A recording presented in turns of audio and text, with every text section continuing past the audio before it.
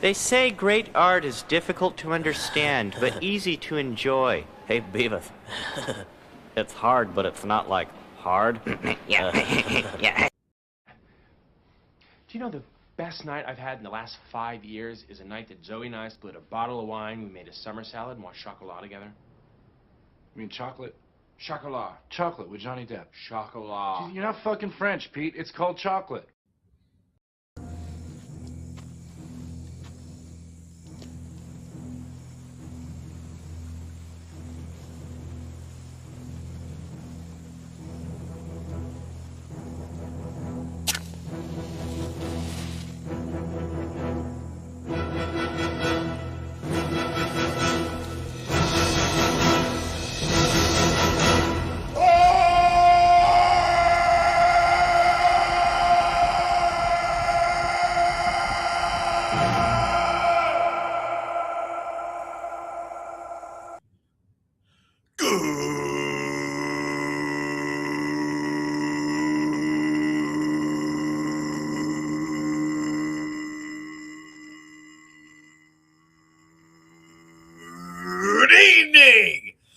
Good evening, good afternoon, whatever, however you all are. Welcome to Toxic Tuesday.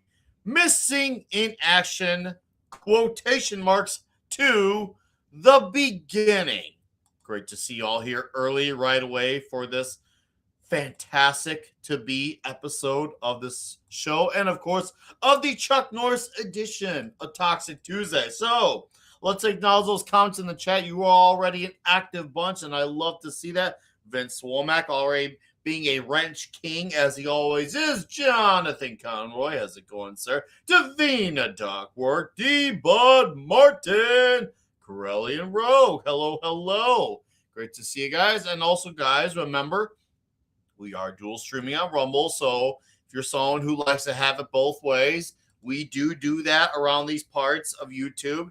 And we allow you the space to be open and have it both ways. So if you want to have it one way, well, you can choose whichever lane you want, whether it's the YouTube lane or the Rumble lane. But that's the Rumble link right there if you want to get it up on Rumble. So once again, pick and choose your poison. But we got dudes in the back, and these dudes need to be brought to the front. The first dude we bring to the front, well, we know this guy, and he helps keep the visuals going and the homoeroticism to 11. Is that right, Mark D with a C? I try to. I do my best. Yeah, I do my best. Oh, you do great. We notice you.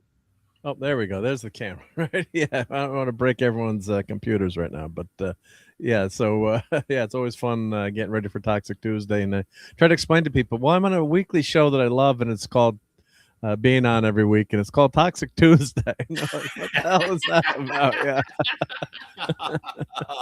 We can watch manly movies, right? You know. Yeah. Sissy crap. We do. So. Yeah. Yeah. We'll switch shit. Yeah. How you been, man? Talk to me. Yeah, doing good.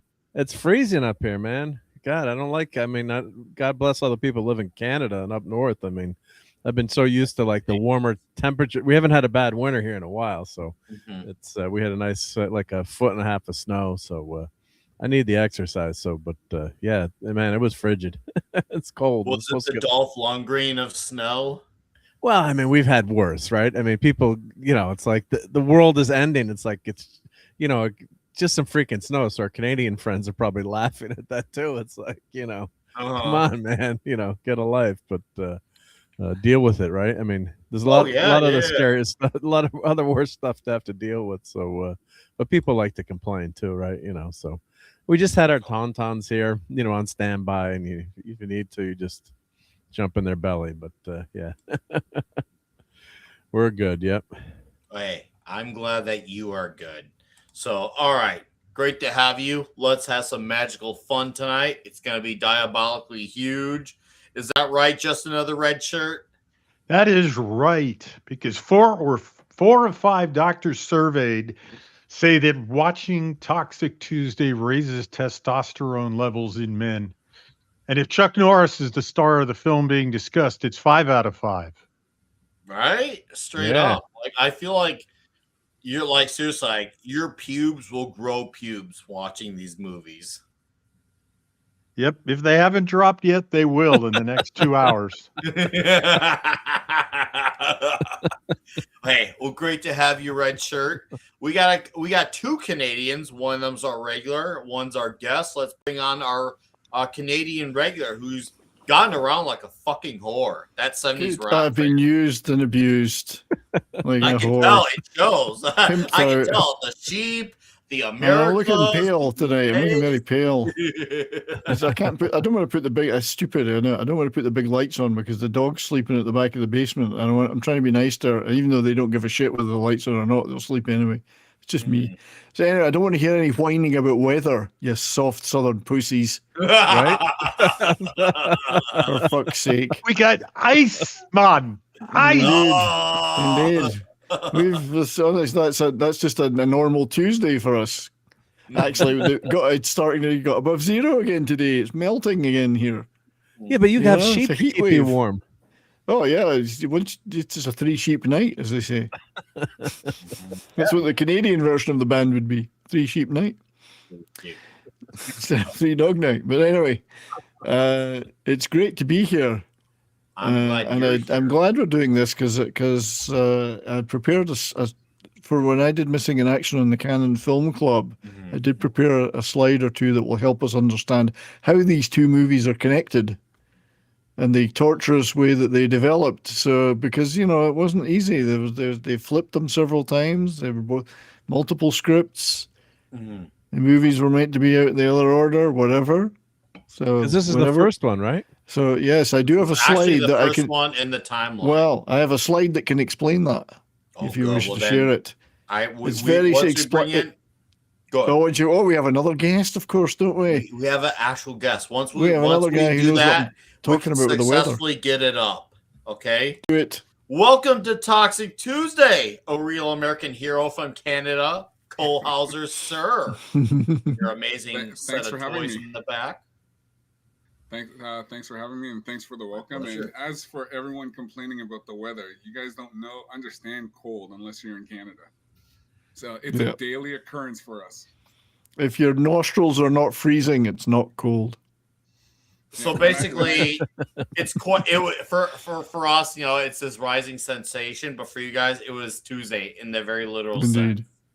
as Well, it when I hear literally the is guys Tuesday. down- Well, when I hear the guys down in Florida, like drunk 3PO, they're wearing a hat and everything, and I'm just like, do you guys understand why we're called the Great White North? Because it Mhm. snows here 11 months of the year.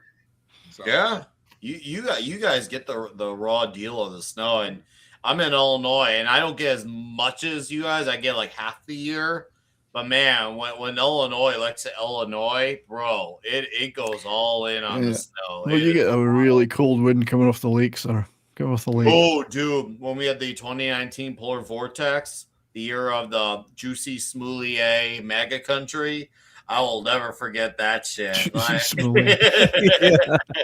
Cole's misleading, though. We actually get good summers up here. We if everyone thinks we're snowed under, I think we're living in igloos all year round. We get lovely summers. We just get cold winters. yeah. But your summer's we only get a 2 really weeks good long. summer. Right. It's called A couple of June. months. June was We get like 4 months. yeah. We get a good summer. We get seasons Somewhere here. in there. Oh, so you You get get seasons. moments. You get moments that kind of amount to like maybe about 4 months worth if you're lucky, give or take, like a quarter of Yeah. the year. Okay. Well, before Mark gets his slide up, let's look at 70s slides. So this explains how the two movies are put together, and it actually worked out kind of like this. So I think that says it all, really. I mean, we don't have to say Really anything. does, because they should have just. I remember the logic was, well, we feel like the second movie is better, so we should release it first, which is a weird logic because it's like saying, hey, let's blow our wad early. And as far as how I personally feel about the movies, we'll get into that. Which one I But that one prefer. was written kind of first, and then was going to be second, and then ended up being first. And then there was there was a completely different Missing in Action script involved at the beginning, as well as the one that Chuck Norris brought forward with James Bruner, which then became Missing in Action 2. but it was originally called Missing in Action. So I mean, this slide tells you all of it. Really. So It some really of the does. scripts were missing in action then. Oh, wow. Yeah. Damn, Mark. How did no one say that this late in the game? So Missing in Holy Action 2 was crap. originally called Missing in Action, but then so was Missing in Action. But then Missing in Action became the second film, but then they flipped them and they released it first. So it just things got really messy after that. Clearly. Oh, man. They were just like, hey, let's just really get people Let's fuck wondering which everybody one- up. This was Even though canon. They came out within Yes. like a year, 15 months of each other, 12 to 15 months of each other. Obviously, the first one came out first, and this one came out second. To me, they should just release it in the regular storytelling order. Why they did this was dumb. But that said, though, Well, they were I right. They think they're thought the both second film was strong more impactful, and they were right. I think I they don't made know the how I right feel choice, about kind that. of. I don't know how I feel about. I've watched them both. I love them both, but I don't know which one is, because I think this one has like such brutality, and then you get to the really wild third act that's just like straight up mayhem. There was one. Basically, it goes from Vietnam veteran war film to canon films. Basically, it's two movies in one movie. And when it goes canon, it really does like become like a loose cannon. So Warner Brothers, when they saw the first film, which became the second film, the prequel, they thought it was too violent, and they said, "We're not releasing that. We are not going to distribute that." They thought it was too violent, all the torture and whatever. In it, So what you're telling me is Warner Brothers were just a bunch of pansy ass motherfuckers. as they are to this day. Still to this fucking soy boy, gluten free, skinny soy, vegan latte. But just so you know, Chuck Norris's cowboy boots are made from real cowboys. Real. Ouch. Oh man. That's one I'd forgotten about till this week. We're 3 weeks in and I'm still remembering them.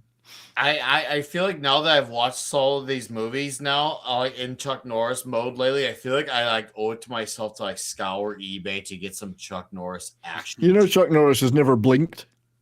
No, he doesn't blink. That's why his driver's Never. license photo looks amazing, because everyone else's photo looks ugly, but of course his is absolutely stellar. Yeah. Well, as they say, time waits for no man unless that man is Chuck Norris. All right, so let's look at some Do orange it. China. Yeah, I got my orange China up. Okay, There we go. Yeah, let's get that slideshow rolling. Hell yeah, bitch. And there we go, guys. Here we have it. Another canon movie from Canon. I mean, God, Canon really is in a league of their own with this movie. It's like Yeah, he has go- some of the greatest leads. They have some of the greatest deaths. And Michael Bay, eat your heart out with explosions, man. If I can just throw one thing in, Throw it and, in. even in comics division would know about this too, because we're big fans of Robotech. When they wanted to do Robotech the movie, it was Canon that got involved and distributed the rights to that. And then there was a big fight between the Robotech creator and Canon, because the Robotech creator wanted lots of action, but Canon wanted more girls, like more of the Japanese girls running around doing things. So it got a 6 a.m. They only showed it in Dallas at 6 a.m. Nobody watched it, and it was a complete failure. And then even in his video, he says, "Now that's a Canon film." So Oh! Wow. Yep. What an odd choice, considering a lot of their movies have had Charles Bronson, Chuck Norris in the leads, and Jean-Claude Van Damme as well. And then also we're just gonna do this one horrifically wrong, like Dolph Lundgren too. Yeah, Dolph Lundgren. How do you go Michael from having Dudikoff. all these badass leads, And Sly. but this property we need to not only get wrong, we need to like go all in on getting it wrong. It almost sounds like a current year Hollywood decision. And Well, that you was, gotta admire their commitment.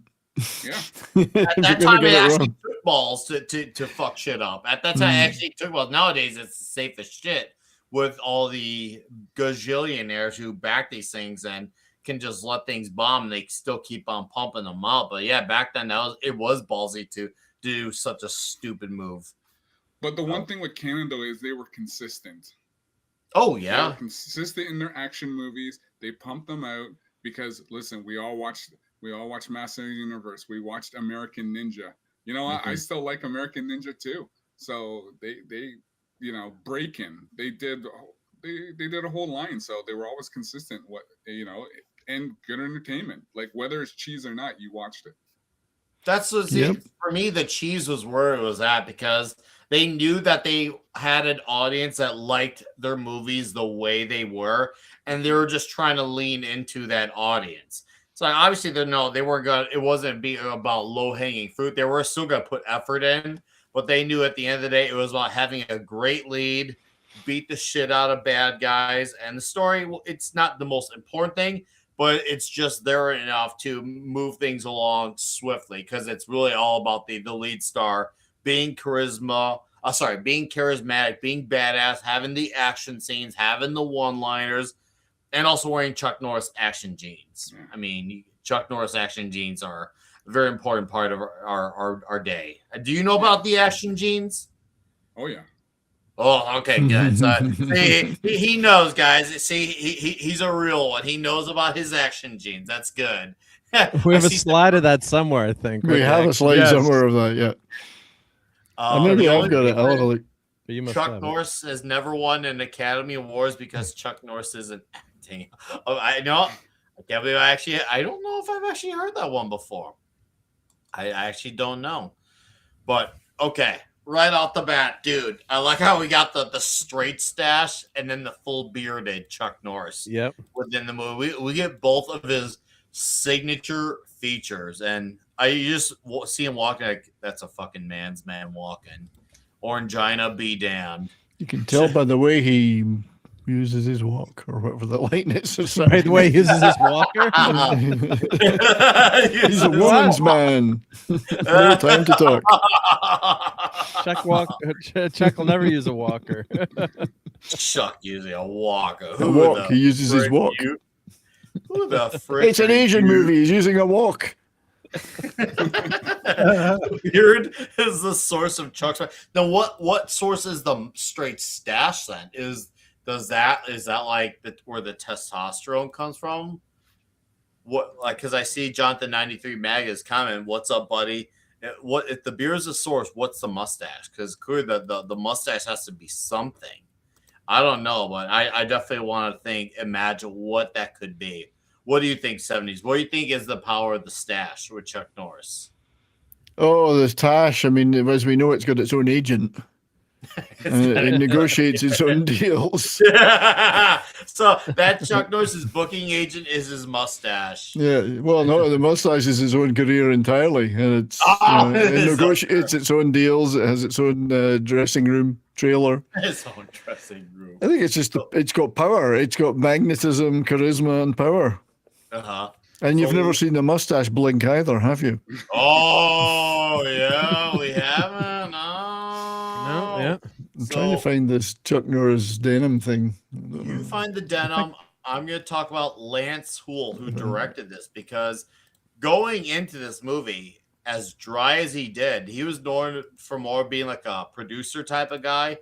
And then along comes, hey, I'm going to direct. And he does these movies. And it seemed like shockingly a bit of a seamless transition. He probably had some figures that helped him along the way, and he did continue doing producing and a lot of other things. But for this particular Missing in Action, this was his directorial debut, actually.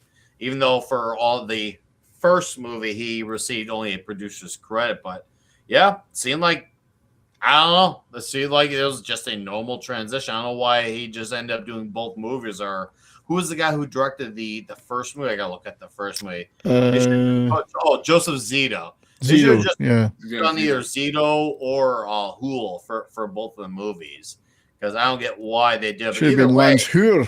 I was watching a making of, and it seemed like Lance Hool is really trying to emphasize that, hey, Chuck Norris is awesome. He's great. He's oozing with badassery, but there is an acting side there. If you actually pay attention to the movie, And I would actually agree with that. I actually really would. I feel like, obviously we're not gonna like get that in some like Invasion USA, but I feel like this movie kind of encompasses the Chuck Norris acting side.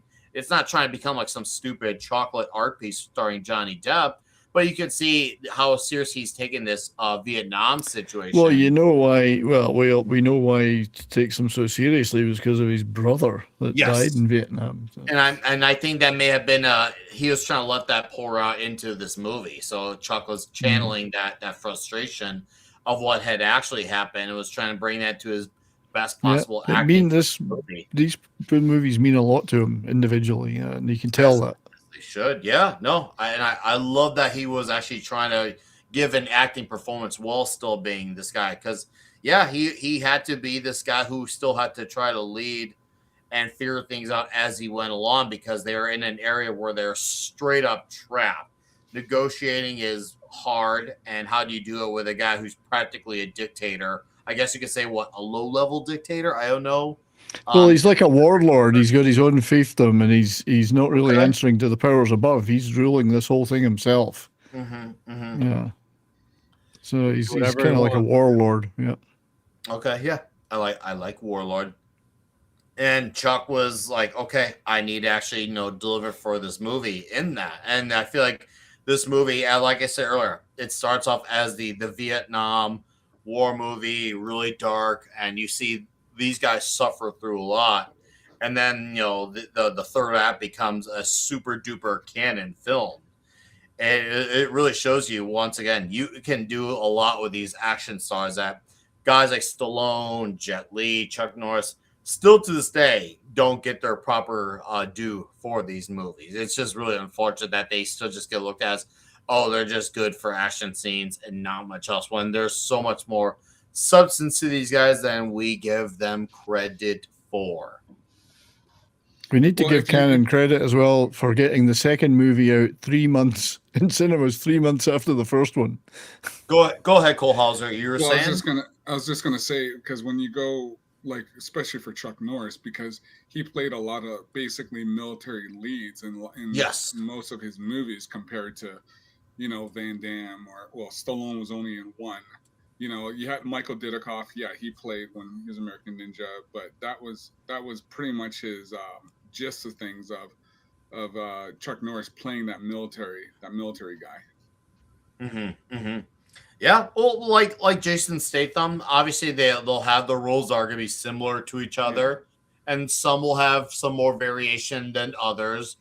And this was Chuck Norris's more varied role in a way. He still had a lot of the traits that you would expect, but there was definitely some different seasonings thrown into this mix. Yeah. Kind of like the way with Jason Statham. I don't know if you saw The Beekeeper, but in The Beekeeper, there's you get a lot of everything you expect from Statham, but there's definitely some different spices thrown in that mix as well from them. If you haven't, you absolutely should. I would actually make the argument it's one of Statham's all-timers, straight up. D-Bud here, great comment, says, I saw this one at the drive-in theater, and Davina throws in, Jet Li just started a YouTube channel. I saw that, and I subscribed. Oh, wow. I'm hoping he eventually, I know he's kind of talking some meditation stuff, personal stuff. I know he's got a book coming out. I'll probably read that book. I would like to see what his whole life was like. That interests me. But I'm definitely hoping he dives into some of the stuff he did on his movies, because I showed my kids some of his I showed them YouTube clips of a lot of the fight scenes that he did in movies, and they're like blown away. Like, holy crud, this guy's awesome. My two girls really liked what they're seeing out of Jet Li. So it's just like, okay, we got to throw in some Jet Li movies now real soon. And 11 Alpha. Hi, y'all. I am late and only vaguely remember this movie. Was it a wartime prequel to the first Missing Action? Or am I misremembering? You are not misremembering everything. This is technically the first movie. It's a prequel. It's a prequel, but prequel sequel. It's a prequel to the sequel to the prequel. Yeah, a sequel to the prequel to the sequel. Yeah. Oh, it was meant to be released first, but they switched them. But then again, the other one was written first, so it's weird. You know what's funny of watching this movie now is like seeing Ronald Reagan as president in this movie. It just seems like just another thing, because Back then, they should be like, when presidents, you're thinking, okay, it makes sense. It's the president at the time. Of course, that's going to happen. But now that doesn't happen anymore unless it's one political side.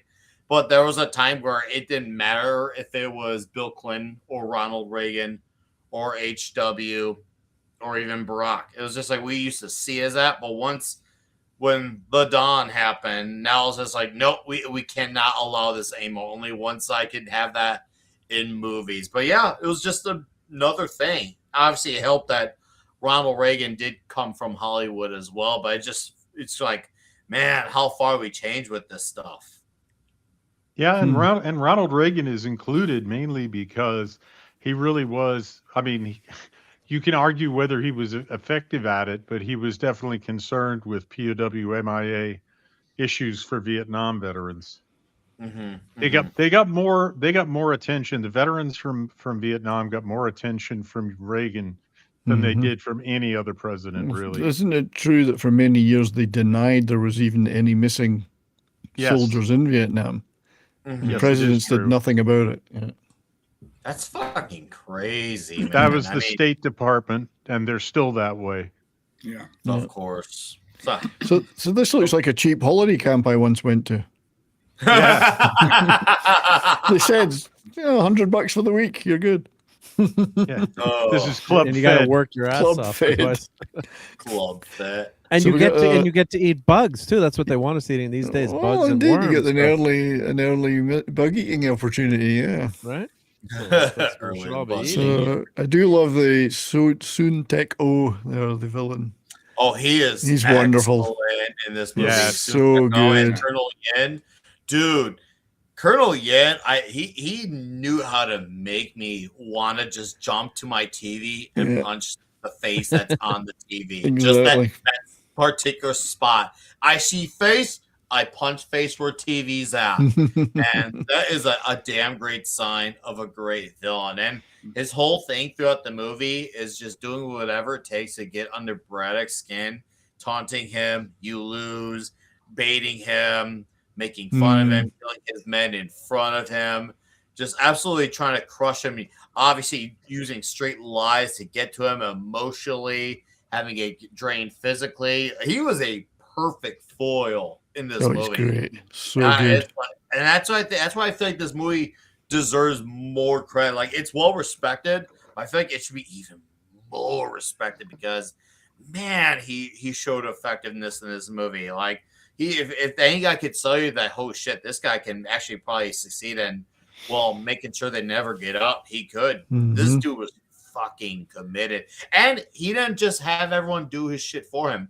He knew how to throw down when he needed to as well. Obviously, we'll get to that later, but man, that was like, fuck, dude. He's not just a talk shit leader. He's actually a guy who he can fight too, and he's pretty good at it, scary as it is. You know, it's funny because even for the first mission, just say the first one, like having a guy like James Hong in it, like he wasn't there much. So the fact that they actually gave, for the second one, they gave him soon like more screen time, more to do, because we all know, James Hong, he's still alive to this day, I believe. He's been acting in a lot of stuff, so. Yeah, he is still kicking around, isn't he? Yeah. He's he's nearly 90 or nearly 100. Wow. Gotta be. Well, he's in 96. He's 96 years old. James Hong. Wow. Guys, still going. We got a very quick interruption, and trust me when I say it's gonna be worth it. But Dolph Lundgren posted something on Instagram that definitely needs to be seen. Cole Hauser, I'll throw you in on some of the lore here. One movie we like to reference back to a lot, like every single week on here, is Showdown in Little Tokyo. Yeah. And well, today was today or yesterday was Tia Carrere's birthday. And well, guess who spent some time with Tia Carrere, guys? The Lundgren did. Wow. The hot tub couple.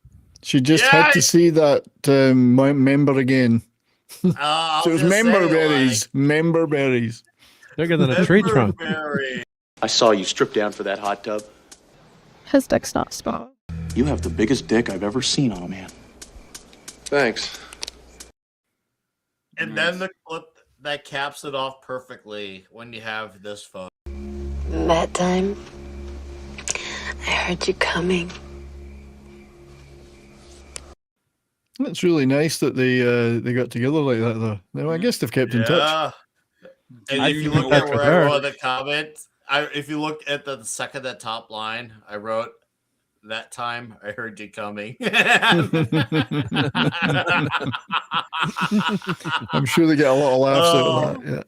Yeah. Oh what man! Her first show was? No, do tell. Her first show, she was introduced in CBS's Tour of Duty, Vietnam. Oh, really? Duty. Yeah. Wow. Didn't know that. She would. That's She where would she be was in the first Tour of introduced. Duty. And that's Tour one of of my Duty. favorite Vietnam shows. Wow. Tour of Duty. Wow. I had no idea. My gateway to Tia Carrere, and I'm sure this applies to most guys, was Wayne's World. Wayne's World. Yeah. Where she actually did sing, which I was like, I didn't know until we did it for Toxic Tuesday a while back. Like, oh shit, she actually did sing those parts. I was shocked by that. But yeah, I was very like, whoa, she did a role like this with Brandon Lee and Dolph Lundgren. Oh shit, I gotta get my orangina up. Oh yeah, yeah. Oh. Oh, here. Get the. No, that was my There we go. fault. That was my. That's right. Cover up the black man, you racist. Ah! Jesus Christ, Nick. You know, it could have been worse. He could have used a banana drink. Oh, that's true. Gosh, yeah. He's not Somalian, the actor. So he's okay.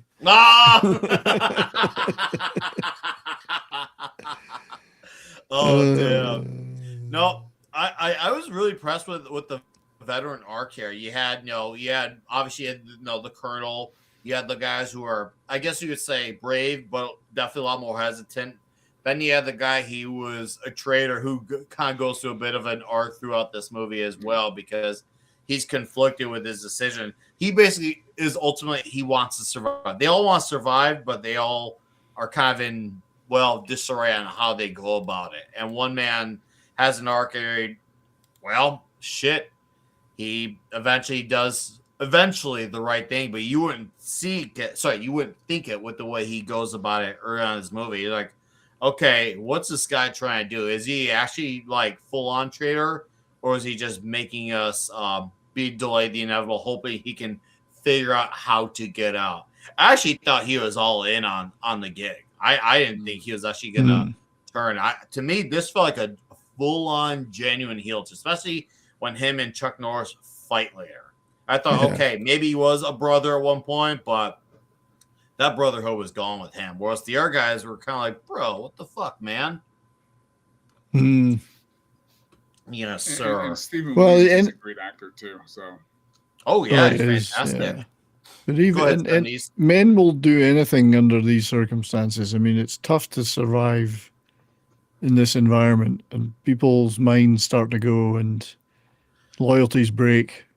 Yeah, you'll do 10 years of this shit, and you'll do anything for an extra meal or a chance dangled in front of you of getting out or better conditions, or it's not easy to remain strong for years under these circumstances. Yeah, so you had to be. Guys are going to turn, It's one thing, we hear the phrase, some people are built different, but I don't think you can just be built different for this. You have to be very uniquely built for this. Very one in a million type. Yeah, because Captain Nestor there that he ends up fighting with Braddock, he feels betrayed. He thinks he's been forgotten and betrayed by his country. So fuck them, he's thinking, And yes, he doesn't have a concept of time. He has no idea. I mean, they've said in the movie, they've been there for 7 years, and they have no idea what day it is. They don't have no idea which other family members are still alive, what life was like. It's almost like a forgotten memory. And the longer you're there, they think their country's abandoned them. Yep. And they tell them, your wife left you and she's getting remarried because she's that could have been true. Oh, dude, Braddock. Oh, we all knew it was bullshit, but he knew it because he was gone as long as he was. it'd be a clever way to get under skin, to just get him to sign a That could confession. stick with Well, you. but the You thing have- is, it's believable. She's a woman. She could easily betray somebody. Yeah, you're not. Sheep would never do that. The culture casino phrase, "You're not wrong," when it comes to that. When it comes to that. But no, and obviously these allegiances get tested. You really see them all get tested. But the fights, the negotiating tactics that they try to do. And I could argue, I think he's jealous of all the guys and their devotion to Chuck Norris. I think he wants that same devotion because his guys just work for him because they have to. But those guys, no, they all really believe in Brad. Towards the end, I think he secretly loves Brad. I think he secretly loves him. What do you think? 70s or more? Well, I mean, there's no women around, so there's going to be a lot of bonding amongst the men. And I think I'm glad you said those words because I think there's only about 2 or 3 women in this entire movie, and the rest is all men. And this is the first in a long time where it's 95-97% dudes. I mean, if The I only go women through, are the prostitutes, right? Or there's another. Yeah, I think was so. that it? That was literally it. I think. Chopper. Which again is pretty appropriate, really, if you think about it. All right, let me bring my Gina down. Oh, that's They won't bind your legs or anything else in between. Yeah. They even Especially give you an when you ass have a big shot. appendage. You have a big appendage there. You need those action genes, right? So Have they got action underwear to go with them? Dolph must have those. Action pants. Action, dude. I like how they have an ass shot right there. Right, I was like, wow. Ooh la la. Won't Sassoon bind your jeans. legs. Woo! Won't bind your man. appendage. Oh, we should. Yeah, someone should Photoshop it. Won't I bind think there's your. another one. appendage. It's not such a good picture, but there is another one that's a bit more blurred. This one, but there you go. Yeah, it's a bit more blurred. Those It's a little jeans are smaller, seeing some but- action. Well, don't try to make it bigger. It's one of those ones where if you make it bigger, it might be even blurry and harder to see, which is really ironic when something's bigger and harder to see. It's a rare moment, but it's one of those moments where I think is there's the quite a case. few more of these, but that's what they all look like. Yeah. Well, hey, I'm glad you had something to show. It's okay.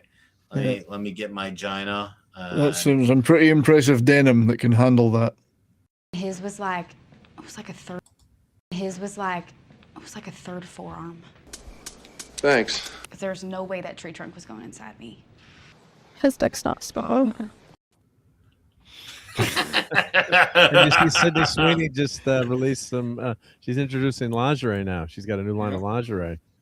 Was that real that she went up and hung her bras up or Yeah. something in the Hollywood sign? Yeah, and I she might get believe- fined $1,000. So we all should set up a GoFundMe for Sydney Sweeney.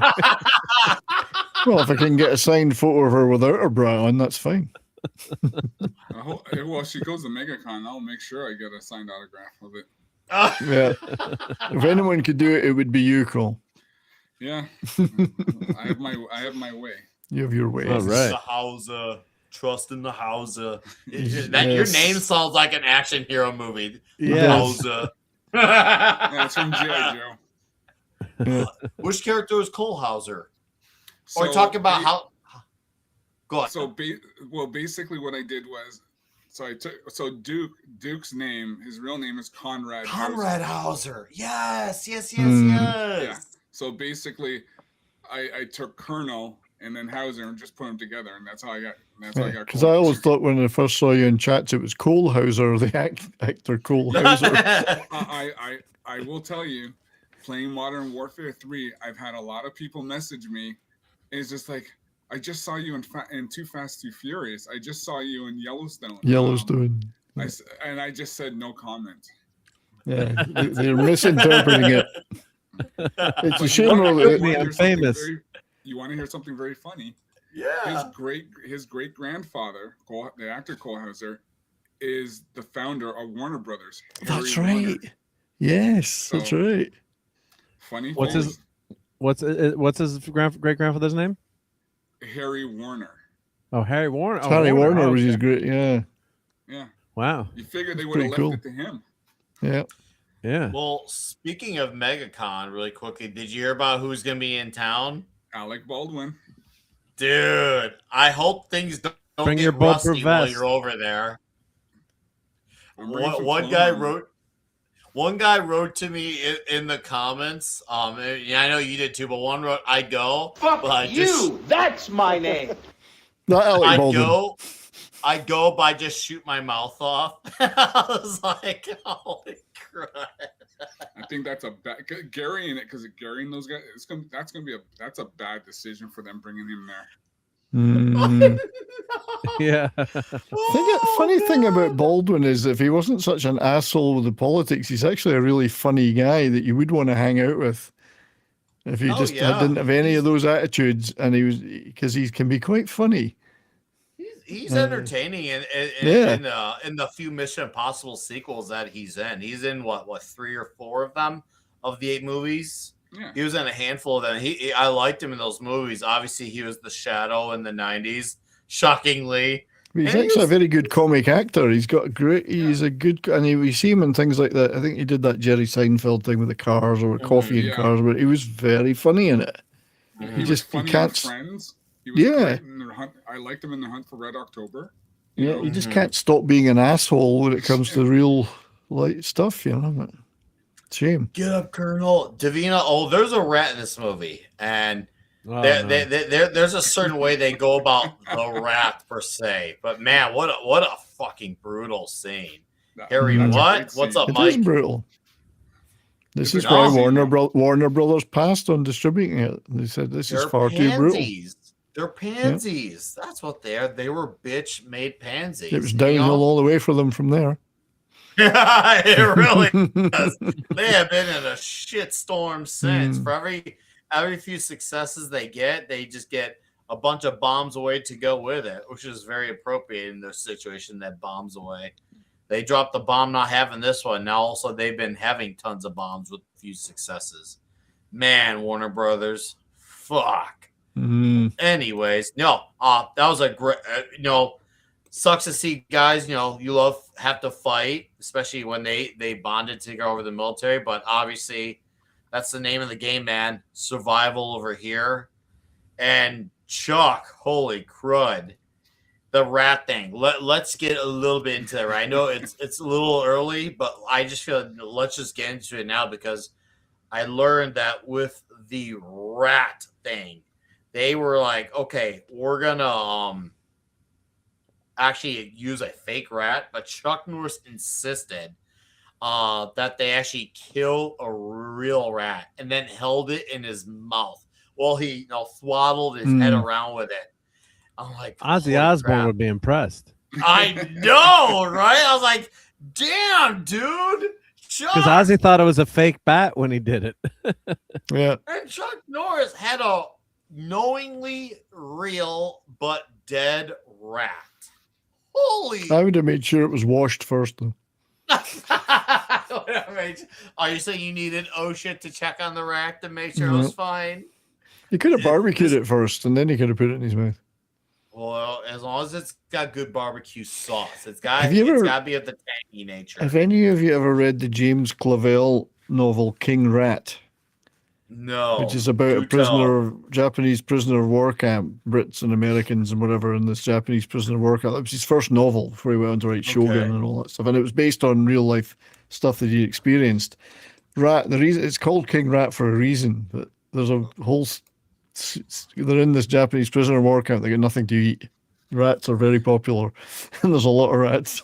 So you can see where it goes. They're trying to catch the rats to eat them, and then they cook them. Yeah, in the history of Vietnam, especially the Viet Cong, when they're in their tunnels, their meals was rat meat and rice. Yeah, while they're in their underground tunnels, that's right. What they were doing. So get the Sly Stallone seal of approval from Demolition Man. Damn it, Demolition Man. You did not need to be a documentary. Yeah. You're just supposed to be a damn movie with you and Wesley Snipes, bro. You would eat I mean, there's a lot of meat on some of these rats. Have you seen the size of them? Oh, dude, there's some big boys, and that was a pretty big boy that they put in. Obviously the little bag that they wanted that rat to, cut up Chuck Norris's face and eat up on it. I remember the last time, Nick, I was in Chirac a few years ago, walking down, is it Madison, that big street at night? That's a big street, yeah. And we saw this whole nest of rats in a doorway. Sounds about right. It That was. sounds I about thought, right. look at this is. And they were fucking huge. I thought that's Chirac for you. Oh, we yeah, were at that- my dad bought a building for his business, and it was in probably a really bad section of town. There was basically like a recycling place next to it. I'm like 10 years old, and I'm helping him like clean up the building. Was a disaster, and I'm like, and there was a the dump next door. I'm like, Dad, look at all the cats over there. And he's like, son, those aren't cats.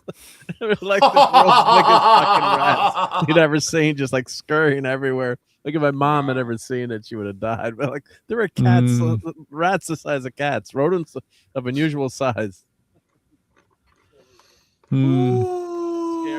Scary, Yep. scary critters. Yeah. You know, that's one thing They about look like living in this, Alberta. yeah. We don't have any rats in Alberta. Oh, There's a few weasels, but dude, no that's rats. a ugly motherfucker, Mark.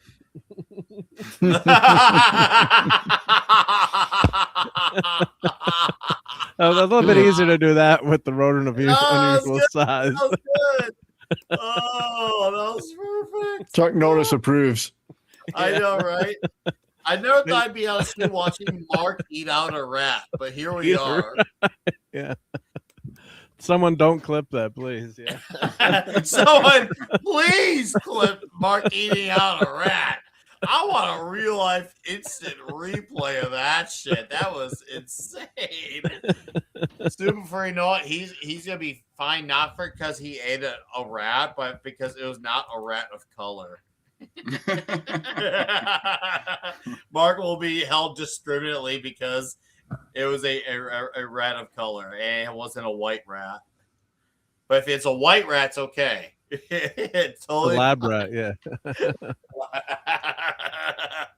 Oh, Poor guy. just- Sorry, rat. Mm-hmm. Oh, sure, rat, dude. That's one of the good things about Chirac. What I don't have to worry about OSHA bringing their sorry asses to Chirac because Could call it Shy Rat. Shy Rat. Chirac. The more Chirac-y the restaurants are, the greater the chances OSHA won't go because they're probably like, I'm not gonna go over there to possibly get killed, but that's fine because the food's gonna be better when it looks dumpy on the outside because it's all about the love for the food, not the building. And Brian Bart, I wonder why Can switch sells. Well, because of the story placement, and they also, as we mentioned earlier, they felt like the first movie, quotation marks, aka the actual second movie in the timeline proper, was the better of the two. So they chose to release that first. So even if you felt that was true, I feel like is neither here nor there. To me, that just doesn't make sense. It's like saying, hey, we want to blow our water later. Why not have a successful first movie and then have an even more successful second movie so you can rave, hey, guys, look, we put out a sequel that's even better than the first. Because you got to remember, it wasn't like commonplace, especially in the 80s, 90s, for the sequel to be exceptionally good, if not better than the first. Those were rare things. You didn't have many magnum forces. Like it started to be like a bit of an effort. They tried to start doing a little bit more in the 2000s. Would any of you gentlemen agree on that? Do you feel like they should have put out in that order to have that bragging rights? What do you think? Well, I think we have to. I think in the end, it's possible they made the right decision. The second, what became the movie that went out first, but was meant to be the second movie, is a more action-oriented movie. This one's a lot darker, and Warner Brothers were like, this is a bit violent. So they said, well, let's get the other one out first, and we'll make this one a prequel. But after we'll release it after, and I think they made the right decision because it made a lot of money. The first one. Well, even with having E. Emmett Walsh in the first one, they brought him in as that side character, and you weren't gonna get that again. you know, for the second, Mm. right? You know, because you figure if it was reversed, would you have liked to have seen him, you know, in the second one compared to the first one, right? So it was a hit and miss with how they structured this and how they put these in order. You know, That was canon chaos. Canon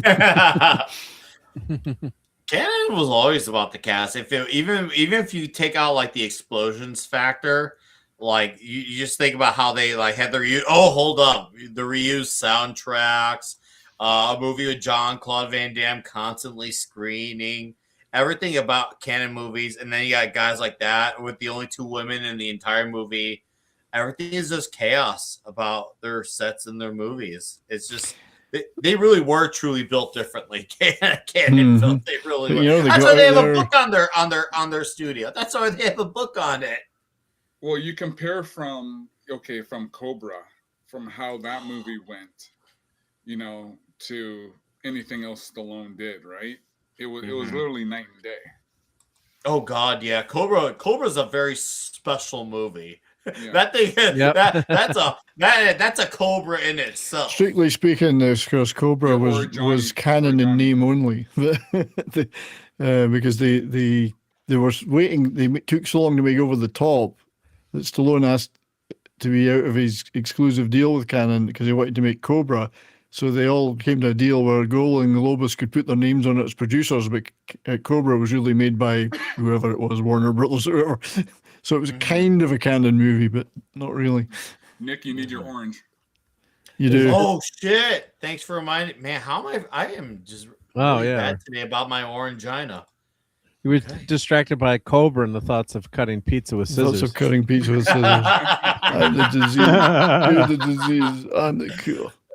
Oh, I gotta get some clips for that from that movie for this show because Cobra has some of the greatest scenes in any movie ever. Was I doing the video clips back? Let me check. You may have. That was when we were still on StreamYard. I've got some Cobra clips from when I did it on my. And I got your clips for tonight too. Thank you. There was 2 or 3 might be useful. I don't know. I can't remember how many I did now. 5, I think. 5 clips for this. What's with the chair? That looks like a normal chair that you have, like when you have like a family dinner out in the backyard. Well, they're going to have a polo match outside, or maybe play cricket or something. Or, I'm like, that's the chair he's on, or are they gonna go out and play badminton together or something? What's going on with the chair? I think that's his throne. I mean, this guy's a little. The guy's a little. You know, the guy's going a little nuts. Got a complex. He's a warlord.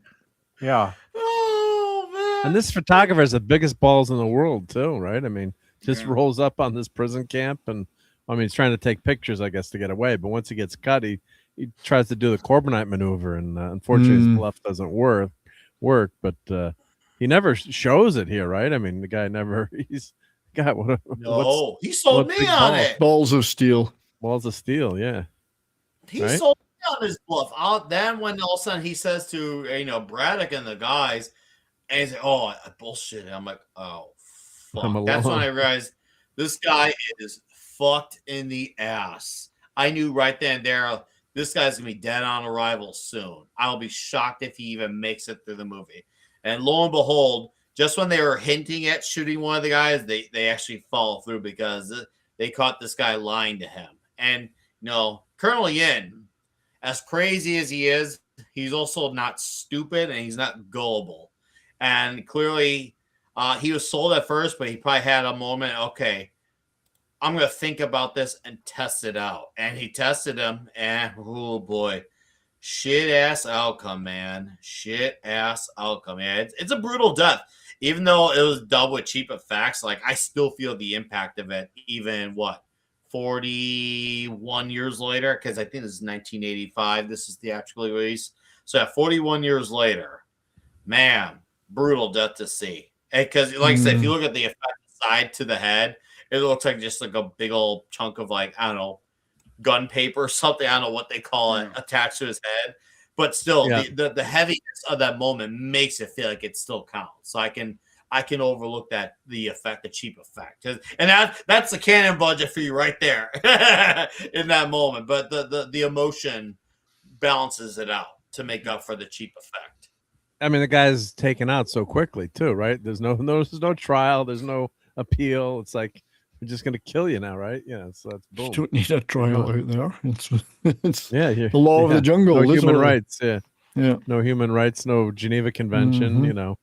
And that was the horrible thing when you think about how the Japanese and to the Russians and some extent the Germans, just totally inhumane in terms of how they treated prisoners of war. And before the Battle of the Bulge, they had the German soldiers killed a bunch of our paratroopers, and some of them survived by playing dead, and they went back to our troops and said, hey, the Germans are machine gunning prisoners. And then we started machine gunning prisoners. And I think both sides got the message and they said, cut it out. Yeah. It was the Malmedy massacre. Yeah. Yep. Well, the Japanese never signed the Geneva Conventions, so they weren't bound by them. Yeah. Well, and I don't recall whether North Vietnam ever signed the Geneva Conventions. Probably not. Probably not, yeah. But I mean, the Japanese, they experimented on troops, horrific. The Yahtzees get more of the attention than Mengelev and the horrors that they did. But the Japanese what they did to the Chinese when they invaded. Oh my!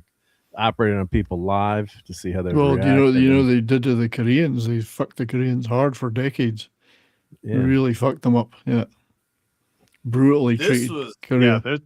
The Japanese bio research lab in China. It's like 731, I think it was called.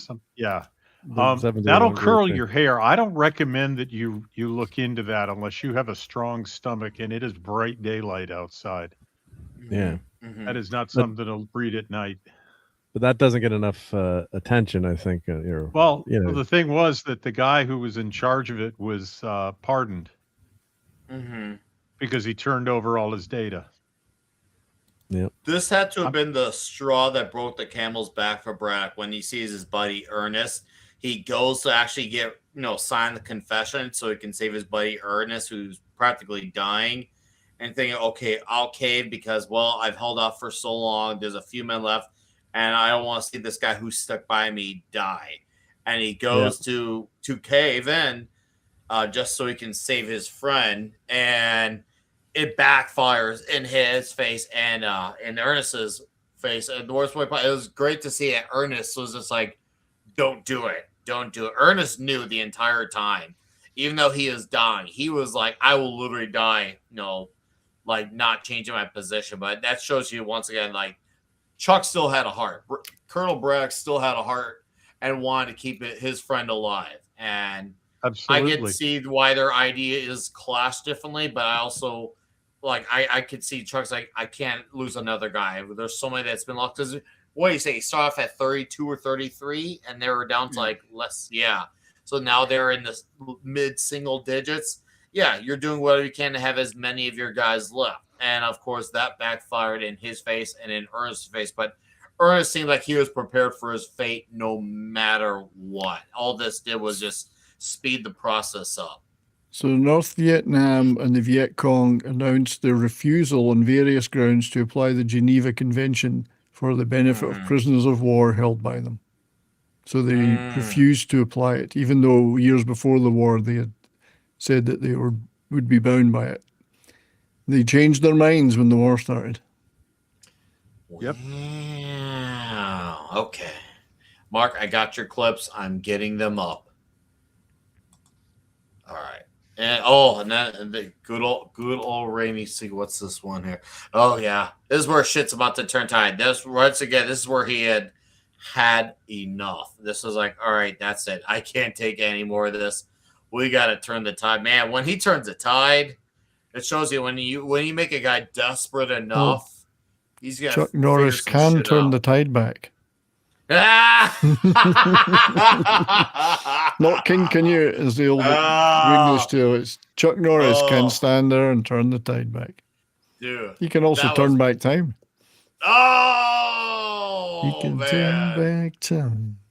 If I could give a handy to a man or two. That's how I hear that song. It says turn back time. If I could give a handy to a man or two. That's how I hear it.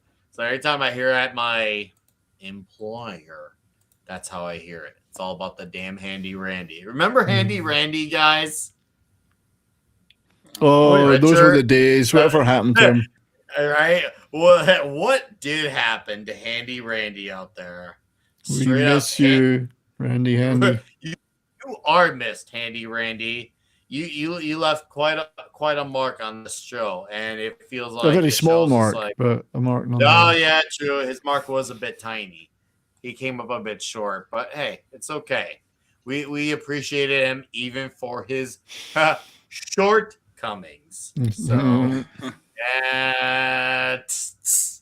oh man, let's bring this. All right, I'm gonna bring the Gina down really, really quickly because there's some shots here that what's that ridiculous summer chair I know. that was worth bringing down the Gina for to see that ridiculous summer chair. I gotta give 11 Alpha 48 credit on that one. I think he's right. It looks like a wicker chair from the veranda of a Saigon hotel, and it would have been, it symbolizes the NVA's triumph. Basically, it would have been a trophy of war. You carry on. If it's not nailed down, you carried it away. That chicken is armed and dangerous. Trust me. That's about to go off, that chicken. Yes. Oh, are you talking about the chicken that gets It was thrown about to explode. Oh yeah. Well, Like this the penguin movie on the it's television set. we got past the brutal Vietnam war flick. Now we're at the canon. Now we're in the action. Now we're now we Pure are action. officially a canon film now, and it is off to the races and the rails. And Chuck Norris mollywops the shit, becomes a one-man army, as he should. He gets some help, but we're still got counted as a one-man army because he's Chuck Norris.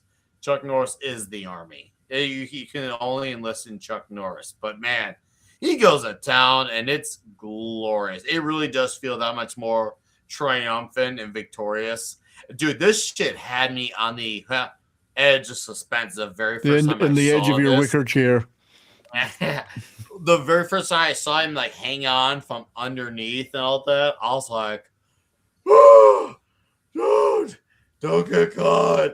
And then also, I remember when he actually like jumped right off. I didn't realize he was already like, touching land. I actually thought he took a stupid jump. I'm like, jump. Oh, okay. But for that split second, I thought he had jumped. I thought he had let it go. Like freaking Stallone and was it Cliffhanger? I was Cliffhanger, like, no, let it go. Don't. No. Oh, okay. He made it. Because you don't get that clear indicator that he already made it. But damn, that shit had me uneasy, man. That shit had me really uneasy. But no, imagine you're hanging on and you're still chained by your legs, too. Don't forget that he's still chained by his legs on top of that, on that bridge made of wood. Like every variable going against you. And it's easy to be in a path where you can be seen, and people can still shout whether it's from the other side. See, or I'm telling you, underneath that chicken you. is going to explode any minute now. He'll die. Look at the size of tomorrow. that cock. Dude, Culture Casino wishes he had a cock like that. That's an impressive cock right there. Well, it's a BBC in his hand. It is. Yeah, if you think about it, it's a nice old big BBC in his hand. I like to save mine for the morning. The best part of waking up is BBC. Which large man are you sleeping with? Oh no! In the morning, I gotta have my big black coffee. And you're not singing about your wieners? I've heard Nick sing about wieners. It's very good. He's very happy. You were happy. You caught me in my personal life singing the one song from South Park. It was so funny. You're so happy sounding. You're like a little happy guy. I've got wieners to sing about. Wiener, wieners, fucking wieners. Oh, Apparently, there's more floppy wieners in that new Game of Thrones show. Apparently, too. I was like, of course, there's more wieners. There's a new Game of Thrones show. Apparently, it's like a Game of Thrones tale. Yeah, it's the right. What's it called again? Something. The one that Gary's been watching, Nerdrotic. Chat, help us. We're retarded. Yeah, we're really retarded. Help us. The tale of the unfinished. Tale of the unfinished novel. Game of Thrones, nearly a Game of Thrones story. Yeah, Knights of the Seven Kingdoms. Knights of the Seven Kingdoms. Okay. 11 Kingdoms. Okay. Thank you. No, you're good. Nope. What's up? Someone else did. Sorry. What's up, Toeback on Rumble? I see you, buddy. Divine got it, Duckworth. Thank you, Davina. I mean, it's George R.R. Martin thing about not finishing that last novel. It'd be like starting a television show that's supposed to last for 16 episodes and finishing at 14 and saying, we haven't finished next week's yet. Come back some other time way in the future. And it's the same thing. We're never going to see him come. No. Oh! He doesn't finish Damn, anything, Mark. George Martin. He doesn't finish anything yet. Oh, and I did not need I was, a drink of water. I think it'd be funny if he dies and it's revealed that he finished the novel years ago and he was just doing like this to the fans. Bluffing. Fuck you. Oh, dude. Well, I was on mute before and accidentally, but you know the show that has the most wieners, I think, is Spartacus: House of Asher. If you watch I'm sure you've seen the first episode, Nick. No, but I think do you like it, Mark? I love Gladiator films, so yeah. I mean, Okay, I have a memory. So it's got the most. Go ahead, Cole Hauser. Say that again. Aren't they doing a Troy sequel? I heard. Are they? All right. Well, like they're with doing the Oliver Stone. Odyssey. I haven't heard of the Troy sequel. Movie. Yeah, I that heard film's going to be so gay. I remember I had a distinct memory of 16 years. I think it was 16 years ago when I first saw Spartacus, and I remember thinking, "Wow, this show is so fucking serious." Like, seriously, like, is everyone like just like afraid to fart or something? Can we bring up the mood a little bit? Well, they're all slaves fighting to the death. I once again, a musical number. Yeah. I was 22, Bring out your dad. Bring out 23. your dad. I was 22, 23, being a shithead, thinking, "Wow, this is so serious." It was kind of awful. I'm sure I'd appreciate it now, but at the time, I was looking for a reason to give it shit. I was like, "Man, can someone just like fart or something, like lighten the mood or some shit?" Because everyone is so serious. I watched like 2 episodes with a buddy. I'm like, bro, I need to watch something fun. This shit is so damn serious. We gotta change the mood up in here. We changed the mood. I never went back. I probably would love that show. appreciate It's it a now. great show, but yeah, it's So was it wieners, floppy wieners? Was it really wieners, floppy wieners in there? you watch and judge for yourself. Yeah. No, That means yes. that was not a confirm nor deny. I see enough Nope. I see enough wieners being on this show every week. But it's got a naked Lucy Lawless, so you decide whether the wieners are floppy or not. What? Lucy Lawless. Xena? Oh yeah, she's naked in like, a lot of the episodes. Yeah. Okay, I will watch it after all then. But I'll have it on fast forward. I'll skip. I'll have the skip feature. Is there a Google function? Google get to the Lucy Lawless parts exclusively. Yep. Oh man, it's fucking funny. Oh, you guys are killing me. Oh, dude, I love every fucking bomb that goes off, all the guns and all the So guys. good.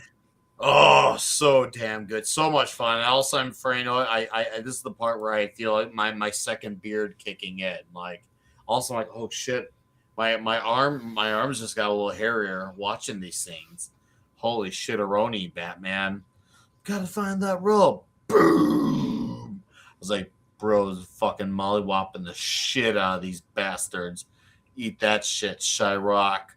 There must be 60 big rocks. And I didn't think we were going to get a final showdown in this. That's what I like too, because you think, okay, he's going to become a one man army, beat the shit out of everyone, get the hell out. But he had to be like that one guy. Who's the guy who said, "But wait, there's more"? OxyClean guy. Chuck Norris had to OxyClean his way with this movie. He's like, "Oh, you thought I was done? Beating up the bad guys? Oh, wait, there's more. I'm gonna even have a video game style boss fight at the end of this shit." And I like how we even in between all that, we get Mr. Nestor, who actually shows, "Hey, I'm gonna stick up for you guys at the end." And even though he gets shot up, at least we got to have a little redemption at the end, a little redemption. So yeah. We'll take that when we can get. We saw that when it came down to it. Fighting was one thing, but when it came to actually shooting, potentially killing, one of his own, that was where he drew the line and realized, okay, this is a damned if I do, damned if I don't moment. I'm not gonna make you out of this. I might as well help someone else make it out alive. So God, I always love this stuff where there's traps set for people. It's like Rambo and or First Blood and movies like that, where it's one guy trapping a shit out a bunch of people. One-man that's army funny you mentioned stealth thing. Rambo. Wasn't this one before the number Rambo 2? Because I feel Rambo 2 is either late 85 or 86. It could be. I'll have to look it up. Rambo. Well, First Blood was 84, 83. Rambo 2 was also 1985. 82. First Blood was 82. Yeah, I remember First Blood, but I was asking about Part 2. So Part 2 is 85. Part 2 is 1985. Because Part 2 May 1985. Part 2 is where he donned the bandana. And so then when this was March. And Part 2 was May. So this came out right before Rambo 2. Yeah. Wow. Kind of beat it to it. Yeah. Beat it to it. Once in a while, Chuck Norris can beat it quicker than Sylvester Stallone. He can beat it a lot harder and quicker. But yeah, the one-man army thing's always fabulous. I love stuff like that. It will never. It's a trope, but it's a trope that'll never get old. I mean, how can you not like that? Seriously, how can you not like that? It's fucking fun. And then, especially with a guy like Chuck Norris, come on, dude, come on. When did Commando come out? 86. Commando's 86. Yeah. So I love Commando. One of the world's best movies of all time. That was a great Toxic Tuesday. That was like that was a good one. Yeah. Third episode. Well, he had that big log in his hand. That he had a firm grip on that log in his hand. Like you could see, he was really like he made sure that no one else got to have his hands on that log. That was exclusively for him to carry around, a big log. I was like, wow, that is a strong grip on that thing. He had some big wood there. What do you think? The wood was a lot of wood for one man to carry. That was some thick wood. Like Red Shirt, what was it like when you first saw Arnold with his shirt off in water with big wood in his left hand? Oh, it was the symbolism was absolutely clear. Nothing floppy about that scene. Barking nothing up the wrong floppy tree. going on. Nothing floppy in that scene. All wet and nothing floppy. Not barking up the wrong tree. Well, if you go back even to Total Recall, and Schwarzenegger when he was drilling the rocks, and you see him, pounding into the rocks, making sure those biceps are shaking, Yeah. Gotta look good. Part 2. Part 2 was 85. That's right, Jonathan 93 MAGA. No, it's cool to know that. Well, in between Sylvester Stallone's 1 and 2, Chuck Norris shot out a number 1 and 2 right in between his 1 and 2. So Chuck Norris is like pew pew. I was like, oh damn, he just shot right through him. Chuck Norris always beats people to the punch. Oh. and wasn't American Ninja was 85 too, right? Oh shit, was it? I actually don't know the I year. can't remember the exact year. Yeah, I think that was 85 as well. I have to look it up. Damn. Uncommon Valor's about that time. That's 87. American Ninja 2 was 87. Because American Ninja was 85, right? Yeah, okay. yeah, that's what I meant. Yeah, yeah. I think in Uncommon Valor wasn't that was 84? It's around that time, So you know. long ago, I can't remember. Yeah, we lived through it, but we can't remember when it was. Oh man, That's Gene Hackman. Yeah, God, Yeah, he's Gene great in that Hackman. movie. oh dude, Gene Hackman, R.I.P. Man, for real. Wasn't that one that was last? Oh, that was already last year, and that was one of those bizarre death scenes for Gene Hackman. Not scenes, but happenings. Oh yeah, Was yeah, that Gene Hackman who had that bizarre head? That was freaking. Well, his weird, wife man. died of what's the disease you get from rats actually, Yeah. and Antivirus. antivirus. Thank you. And then no one was there to take care of Gene, so because he was so frail. So then he was, passed away. 95? Yeah, and he had dementia and Alzheimer's or all kinds of problems. So, Fuck. One, yeah, one of my unfortunately. favorite movies. 80s. Sorry. Good. One of my favorite movies from here was The Package, with him and Tommy Lee Jones. Ooh, Oh, yeah, good one. Great haven't movie. seen that one. Fantastic. You've seen a few packages in your time, Nick. Come on. It's a big package. Well, I wanted Cole to tell me What about a the setup package by that Cole he saw. there. What a I setup for cared me. about the package that he saw. In the ass? Yeah, it's a great Cold War thriller. Oh, okay. So fucking bad. Good movie. Yeah. Good one. I'm sold. It feels It's like winning. okay. I'm sold. I'm learning things tonight as well. Oh, Davina, don't tell me you're just learning about that now. The masterpiece of the Bloodsport Mentos commercial. Wow. My goodness. I think that started off as someone said it on like an early podcast, and then someone's like, "Oh, okay, I'm gonna actually do that and make it into a commercial." And someone did. That was in the earlier days of YouTube. Someone heard someone mention that. Oh yeah, that one scene in Bloodsport. That seems like a Mentos commercial. Then someone took that as a challenge and went and did that. It's so And good. it's Yeah. incredible. I know. That is a work of art. If someone should be compensated for that, whoever made that clip, because that is incredible work. Because now every time I see that scene, whenever I watch Bloodsport, I hear the Mentos music in my head because of that. Mentos Fresh, the fresh maker. And remember too, Breakin', Cannon, Van Damme in the background dancing. Yeah, well, that's a clip I play on my show all the time. Dude. In fact, I Yeah, had thousands of views on a short of that I did. It's so nice. good. Of course you did. Changes Of your course you- life. It's a life-changing clip. That I mean, you'll never Van see things Damme- again the same way. Van Damme dancing or Van Damme doing the splits or Van Damme dancing. pass. You get the three VDs. I've done a the lot of three shorts VDs. on those. I get tens of thousands of views on them. Yeah. What was the movie where Van Damme is wearing that bodysuit and he's in the pool, the drain Was it pool? Lionheart? Was that Lionheart? He's doing all that. It was Lionheart. Yeah, that was Lionheart. Yeah, we've got some Okay. fun clips of that one. Great movie. Billy Blanks has a small cameo in that.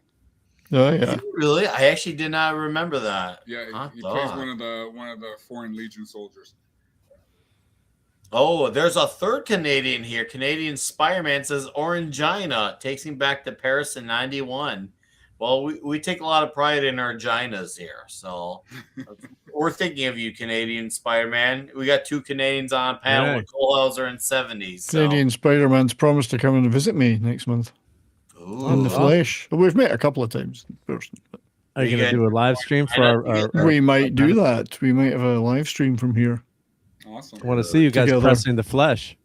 We will be very close to each other. There's only one chair in this studio.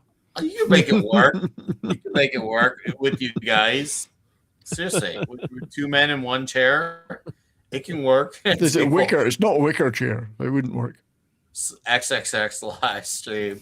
Soon to Well, be I'm in getting Alberta. old. I'm getting old. It'll just be a single egg. Ah!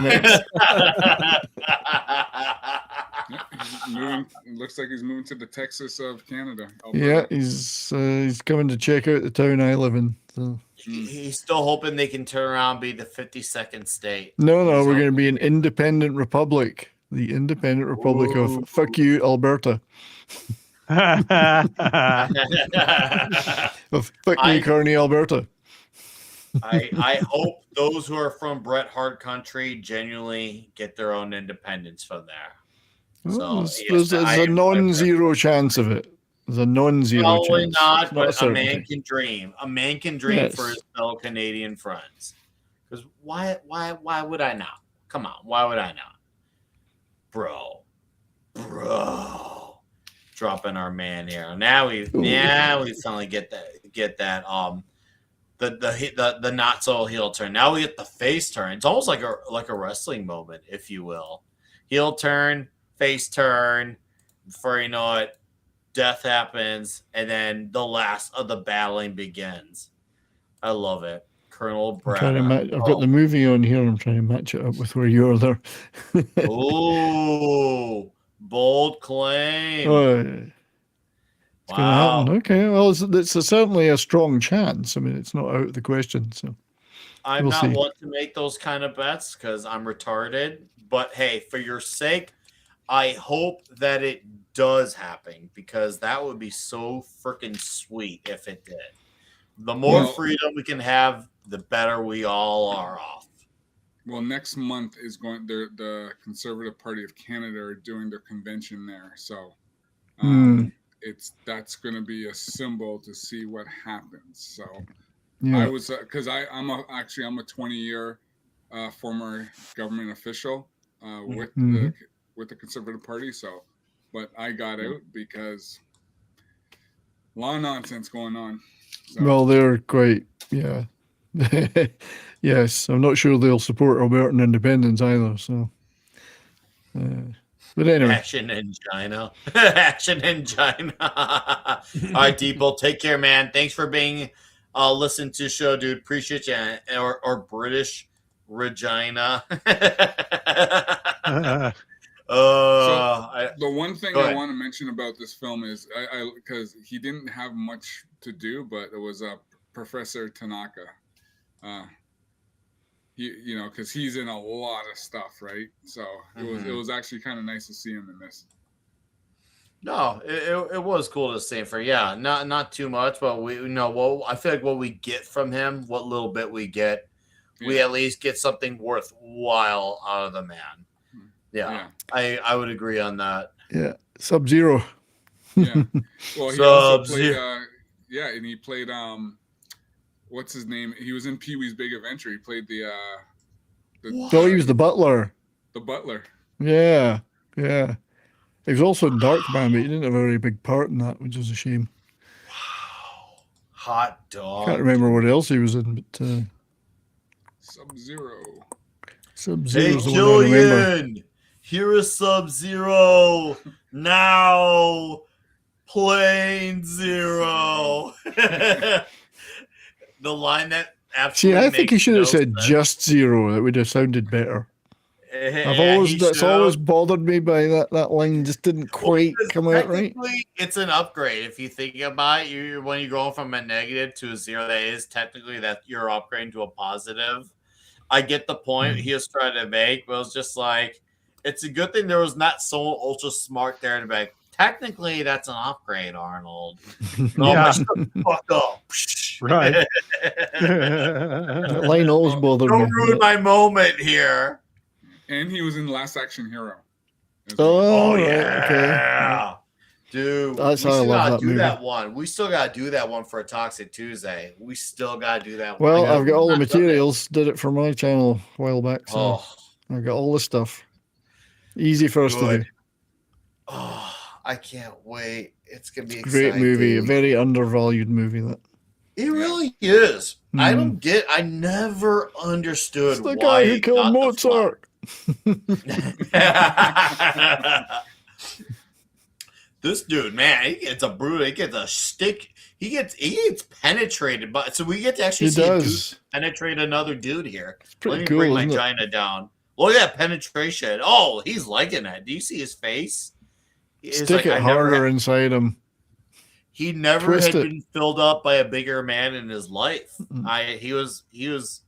I I'll wouldn't tell you say he what, was it's going to leave a flattered. stain. It's certainly going to leave a Nah, stain. he definitely did leave a stain there. And you definitely can't blow off any steam.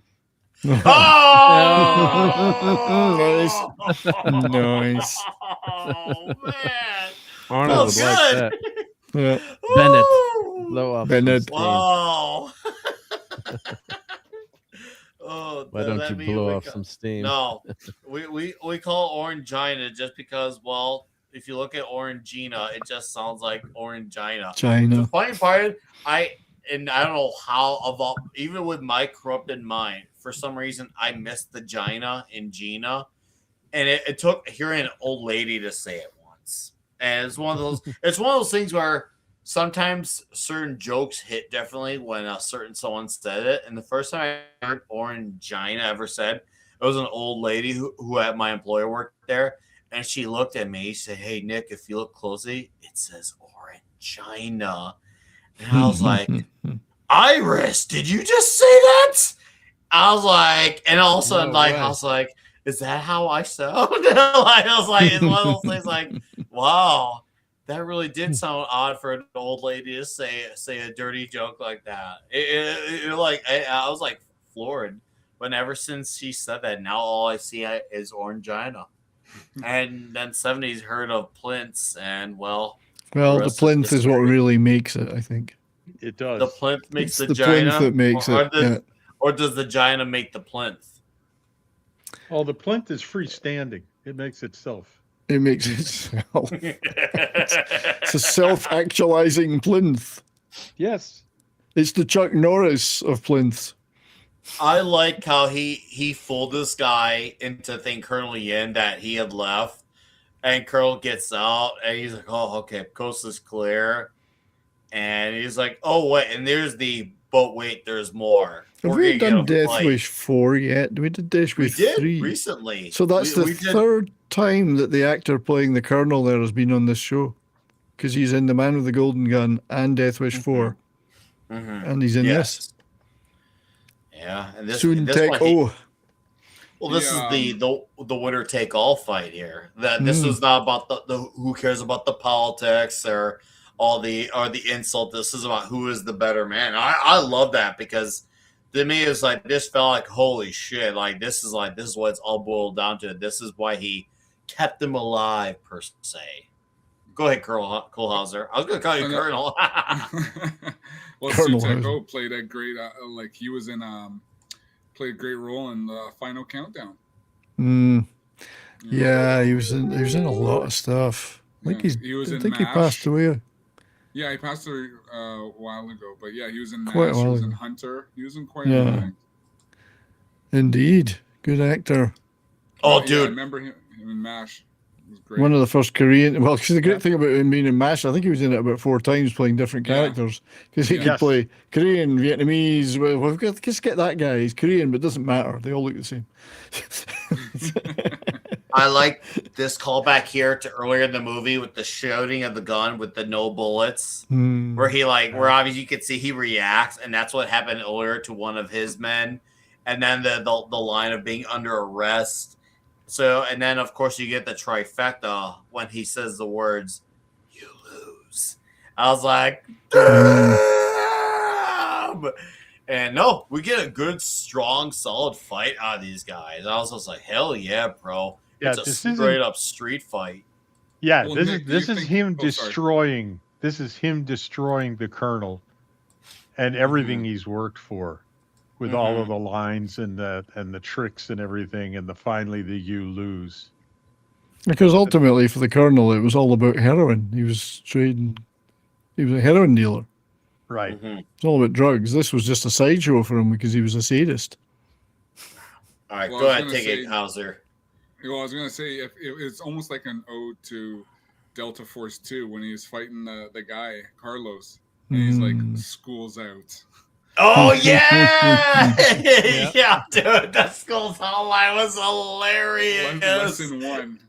Mm. Lesson 2. Schools Out. Yes. Classic. Oh, we were having some chuckles with that. We were definitely having some chuckles with that one. That's for sure. Oh man, we were having a lot of fun with that one when we were having the lessons. Oh man, and that was in the drug dealer's room. Oh Yeah. man, she got that. I was like, wow, she got personal in there. By the way, chat.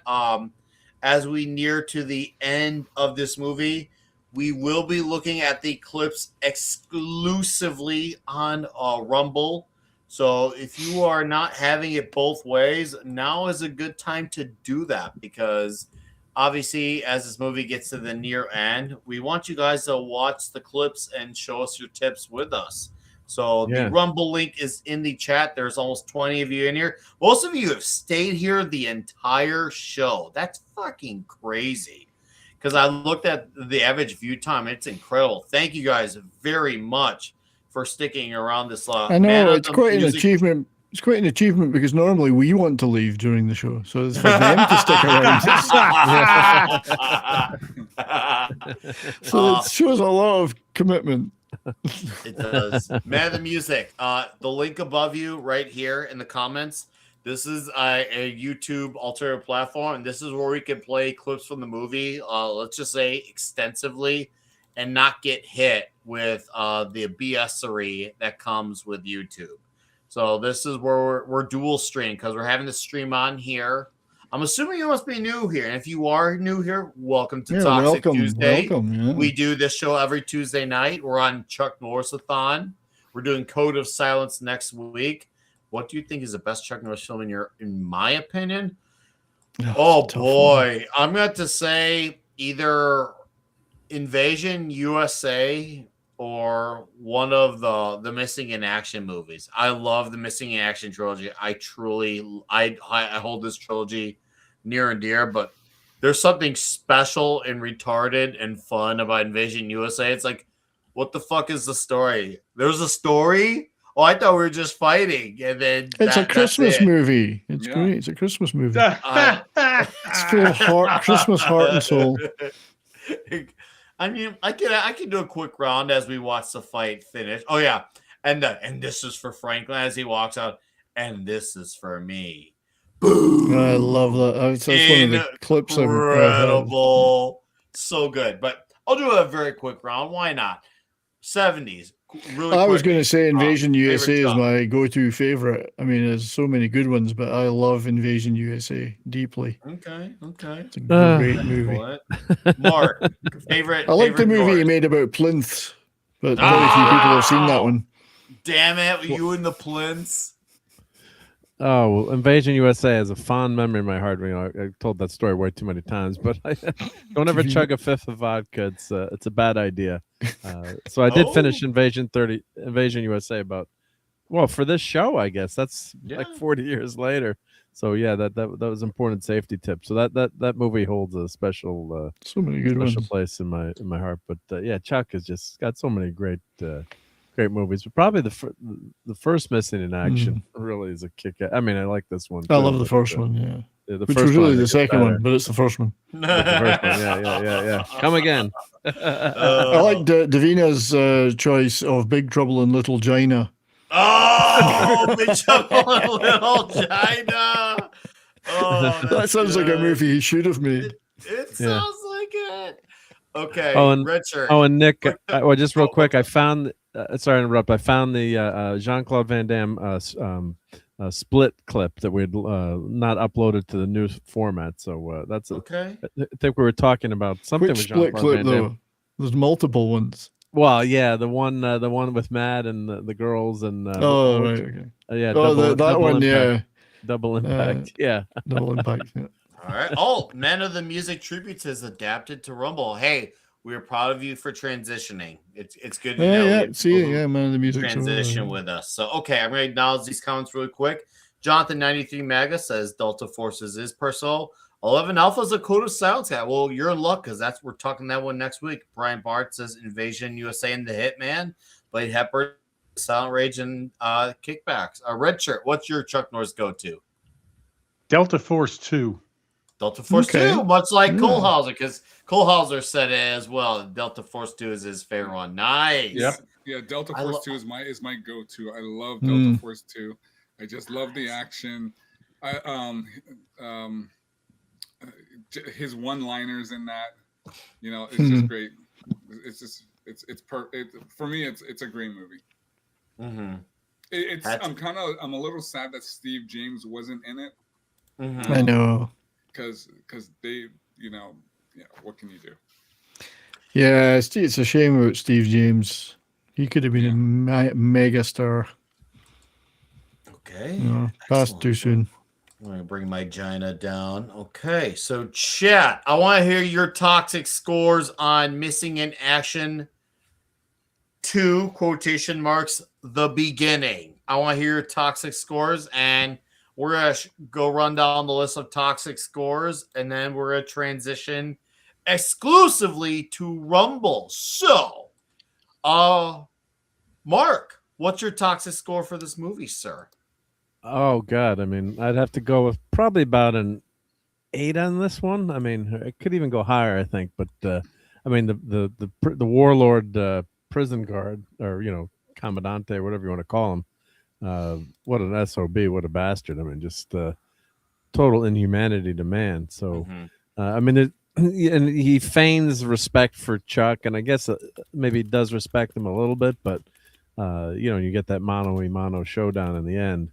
But just total disregard. And the scary thing is that this kind of shit has happened through the years in warfare, and especially the Vietnam War. We know how the U.S. soldiers were were treated, and I don't know. Did they ever prove that anyone was left behind? Did they ever find any remains? I mean, I don't doubt that people were left behind and didn't make it back. Or didn't the North Vietnamese admit there were eventually?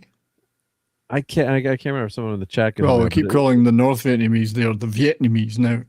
Yeah. But, and we had we had some refugees in our school that escaped from Vietnam, and then years later we had some of my dad's company. They lost a lot of their family there, and brutal regime, and things are opening up now finally, but still you're living in a dictatorship. So yeah, I'd give this this is an 8. And Chuck, I mean, the scene with freaking Chuck Norris taking out the rat. I mean, how toxic does that get? Where you think the rat is going to kill Chuck, but nope, no rat is going to take out Chuck Norris. So that was I think that scene defines the spirit in this movie. So I go with an 8. Okay. I'm going to acknowledge these scores real quick. Okay. Jonathan Well, Conway.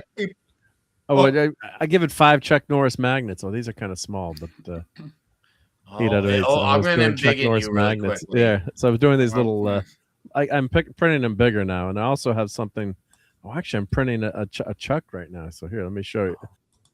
Oh, no, he's unfolded himself. Sorry, Mark. I preferred it actually, Mark. Right. I preferred it the other way. Could you leave? Yeah, again? it's much better. Yeah, these are very small magnets, but they can kick ass. So with my It looks 3D really printer. it looks really tiny in your hand. Yeah, well, you know what they say, right? Yeah. So Is this Randy Handy? Handy Randy? Handy. Yeah, Randy. Yeah. Let's see if I can Okay. share the screen real Share the quick. Yeah, screen. we're having some fun here. Let's see here. So this is I'm 3D printing a Chuck Norris right now. So hopefully it won't kick my There's ass, no but 3D printer capable of doing that. look at that. So this is what's gonna look. This is what it looks like. So I got to paint Oh, it. it's got the double denim, double denim. Double denim. So this is what he's about 80% done. Yep. Here we go. I love it. Yeah. So It's so killer. Oh, yeah. I love it. Yeah. I freaking love it. All right, Mark. Thank you for your score. You was gonna say you could keep the screen up while we're. Oh we're yeah, doing here the we'll keep it scores. up. Yeah, here I'll Yeah, put it back keep up. it up. Yeah. Jonathan I'll keep Conroy, it up, Toxic yeah. score 8.5. Jonathan 93 Maga 10. Brian Barth 10. Man of the Music 7.5. And it looks like that's it for our toxic scores there. Red Shirt, quick toxic score. For Colonel Yun, the guards, the Rat in the Hood, 8.5. Okay. 8.5. Nice, quick, and to the point. You're just ready to shoot the load out for that one. Okay. Yeah. Yep. I like that. Okay. Awesome. 70s. Oh, it's tricky. I was thinking of 8.5, but I could even be tempted to go as high as 9. 8.75. 8.7. It's 8.75. full of sadistic, evil torture porn. The only women in it are prostitutes. The only women, and that's it for like 2 prostitutes. minutes of the movie. So how Toxic Tuesday is that? I mean, come on, dude. It's just and you know the fact that once Braddock decides to set out and deal with things, he's like he defies the laws of physics and gravity and nature. It's monstrous, relentlessly monstrous, but ultimately that's satisfying in the end, all that violence. But of course, violence, as we know, is bad and not to be celebrated. So I'm going to actually go 9 then. 9. Woo! Okay, excellent. I'm gonna go around an 8.5 as well for Toxic. Man, the fact that we have only 2 women in this movie and they're prostitutes, and that's the only women, and the torture is absolutely wild. Chuck Norris's badassery and testosterone really obviously are going to automatically elevate any movie as far as toxicity goes. So I'm going to go 8.5. That's going to be where my score is. Cole Hauser, sir, what would be your toxic score? I think you figure out how we do this by now, so I feel like you're more than qualified to score. Yeah, so I'm going to give it an 8. Okay. I like this movie, but there are certain aspects of the first one that draws me in a little more because, just the way it went down, him going to the prison camp and they're not there, they're gone, and he has to go looking for them, and then, the one guy was like, he tells him you're going home, and he's like, I'm going home, and then he, gets back to Saigon and he brings them in and it just cuts. There was just something about the first one a little more than the second one, but I'm giving it a high score of an 8. So, okay. Is that an 8 for toxicity or an 8 for you like it? You know what I mean? Because 2 different scores. I'd for both. Okay. Sounds great. All right, gentlemen, we're gonna plug our YouTube channel plugs, and we're gonna transition exclusively over to Rumble. And Canadian Spider-Man gave it a 9 for sure for his toxic score. So. Richard, do you got anything you want to plug on the way out to Rumble? Yeah, we got delayed a week talking with Dustin on Keto Simple because of the storm. So I'll be there Saturday this time for sure. Nice. Shout out to Dustin, Keto him, Simple. Hell yeah. Dustin, if you're out there, you're missed, man. Hell yeah, dude. I hope he's out there listening. Hopefully he's not in bed.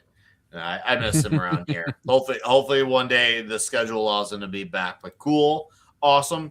70s, you got a quick plug you want to plug on? Well, I'd just like to celebrate a tiny milestone that my YouTube channel's just passed 2,400 subscribers. 2,402, in fact, right now. So thank you to everybody who's contributed to that. In terms of plugs, well, I'll be probably doing a bunch of shorts and videos this week. Next show next month. My show next Monday will be a gaming stream, Expedition 33 again. Yesterday we did a best 4th albums show. 4th albums that were killer albums. Why are 4th albums the best? Led Zeppelin 4, best one. Aqua Lump was one of them. The Cod Piece. Yes. That's what made that album, the Codpiece. But yeah, just stuff going on over there. Lots of shorts. Gotta get to work on some videos, live streams, like tons of fun. Okay. It's all good, clean fun, unlike this show. Yeah. All right. I don't know about that. No, thank you, 70s. No. Mark, once again, job well done. I know Thank she you, got thank you on you. this Rumble, but thank you for your clips, your tips, and your strips, sir. I appreciate it. We got a quick plug you want to plug? Yeah, I will plug quickly. Do I have something cool to show? Oh yeah, here I do. I always have something cool to show. Sunday Night Geekery, 10:30 p.m. Eastern, and I got this cool Spidey Man, Doc Ock Lego. So nice use of gift cards from Amazon. So I'll have to do a build stream on that. Spider-Man 2 way back in the Spider-Man day. 2, yeah. So classic. You must have paid an arm and a leg for that. Where's Miles Morales? This wasn't too. Where's Miles Morales? It wasn't. That Bigot. cockroach. Miles Morales is right here. That's the only. Well, there he slab is. guy That's on. better. Yeah, there That's we go. better. Not Spider-Man, but yeah. So 10:30 Eastern. This Friday, I don't think I'll be doing my late night Fortnite because I got to go camping with the Scouts in the snow.